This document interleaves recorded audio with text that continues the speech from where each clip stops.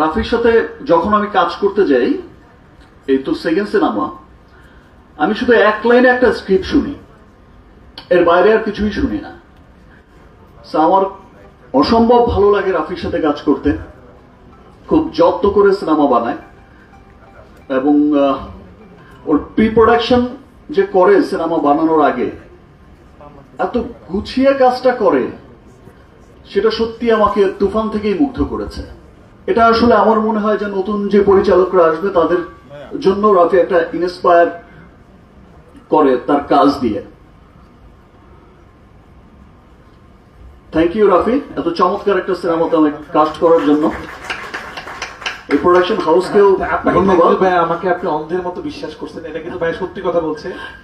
একটা ডিরেক্টরকে, এত বড় একজন মেগা স্টার, এত বড় একজন স্টার যার নামে মানুষ সিনেমা হলে চলে যায়, তিনি একটা ডিরেক্টরকে বিশ্বাস করেছেন, সিনেমা ডেট দিয়েছেন শুধুমাত্র একটা গল্পের ওয়ান লাইন শুনে।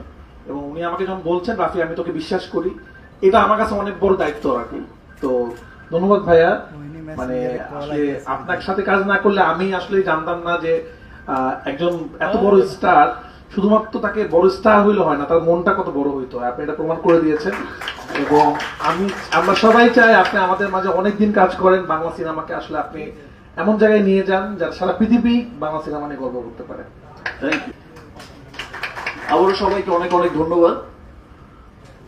সবাইকে তাণ্ডব দেখার আমন্ত্রণ জানাচ্ছি। আমার বিশ্বাস যে তাণ্ডব সকলের হৃদয়ে তাণ্ডব চালাবে। থ্যাংক ইউ সবাই। অবশ্যই আমার কাছে মনে হয় যারাই আসলে সিনেমাতে কাজ করতে চান বা বড় পর্দায় কাজ করতে চান, তাদের তো অবশ্যই একটা স্বপ্ন থাকে আমাদের মেগাস্টার শাকিব খানের সাথে কাজ করতে। এবং এর আগেও আমি বিভিন্ন জায়গায় বলেছি যে আমি যখন বড় পর্দায় কাজ করব, আমি এমন একটাই ছবি করতে চাই, যেটা তখন অবশ্যই নাম উল্লেখ করে বলিনি, কিন্তু এমন একটা ছবি করতে চাই যেখানে আমাদের মেগাস্টার শাকিব খান আছেন, এবং এমন একটা ছবি করতে চাই যেটা বাণিজ্যিকভাবে সফল হবে বা হওয়ার সম্ভাবনা আছে। তো আমার কাছে তো অবশ্যই এটা একটা স্বপ্নের মতো, এবং আমি আসলে ফিল করে আমি খুবই লাকি যে আমি আমার প্রথম সিনেমাতেই এরকম বিশাল বড় অ্যারেঞ্জমেন্টে কাজ করতে পারছি। আলফাই, চরকি, এসবিএফ মানে সবকিছু মিলিয়ে একটা কাজ করতে পারছি, এবং এত সুন্দর বড় একটা টিমের সাথে কাজ করতে পারছি।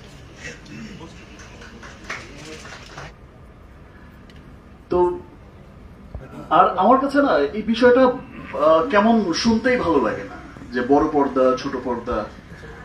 আমরা হচ্ছে অভিনেতা,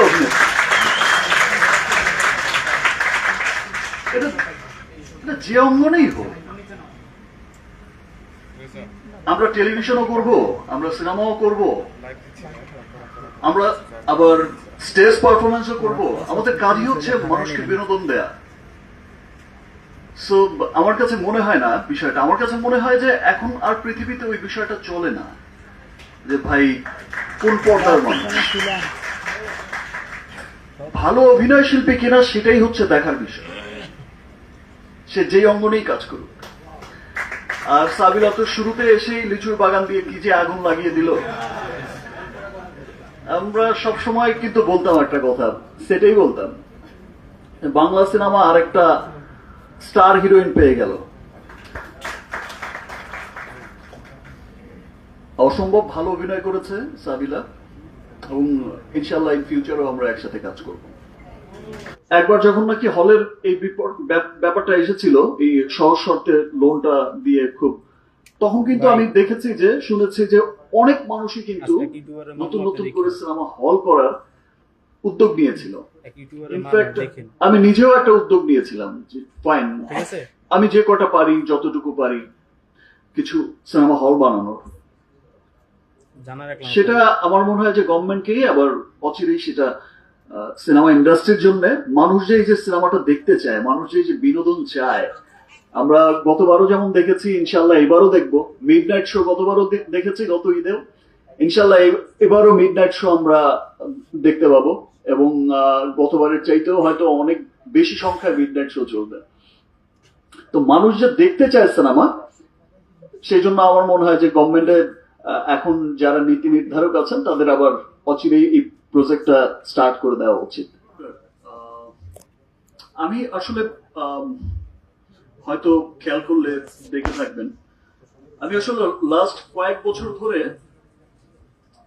নিজেকেই নিজে ভাঙতে চাই, চেষ্টা করে যাই যে আমার একটা সিনেমা যেন একটা সিনেমার চাইতে যেন আরেকটা সিনেমা ভিন্ন রকম হয়, কোন সিনেমার সাথে যেন কোন সিনেমার মিল খুঁজে না পাওয়া যায়। আর এখনো তো তাণ্ডবের লুকেই আছি, চুল কেটে ফেলেছি, বারবার গিয়ে এই ট্রিম করতে হচ্ছে। তো আমার বিশ্বাস সবকিছু মিলে তাণ্ডব একটা স্ট্রং গল্পের ছবি, তাণ্ডব একটা ওয়েল মেকিং এর ছবি, তাণ্ডব অনেক গুণী অভিনেতার অভিনয় সমৃদ্ধ ছবি, এবং তাণ্ডব যে টেকনিশিয়ান টিম আছে তারা মন দিয়ে কঠোর পরিশ্রম করে তাণ্ডব করেছে, এবং আমি বিশ্বাস করি যে তাণ্ডব সবার হৃদয়ে তাণ্ডব ঘটাবে। এই প্রশ্নের উত্তরটা আসলে আমার মনে হয় যে আর একদিন পরেই সবাই পেয়ে যাবে।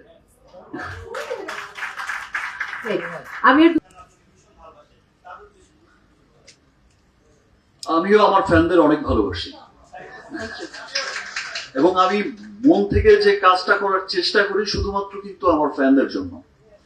আমি সেই সব মানুষদের বিশ্বাসের জন্য আমার কখনো টায়ার্ড লাগে না, যে মানুষগুলো আমাকে বিশ্বাস করে অন্ধের মতো সিনেমা মুক্তির প্রথম দিন থেকেই, ফার্স্ট শো থেকেই যে ছুটে যায়, এই যে উপচে পড়া মানুষ আমাকে বিশ্বাস করে যায়, এত ভালোবাসা দেয়, আমি সবসময়ই তাদের ভালোবাসার কাছে কৃতজ্ঞ। আমি আমার ফ্যানদের অনেক ভালোবাসি, সে দেশে থাক আর দেশের বাইরে থাক, দেশ বিদেশের যেখানেই যারা আছে, স্পেশালি প্রবাসীদের তো ভালোবাসি আমি, কারণ তারা দেশের জন্যই কাজ করে যায়।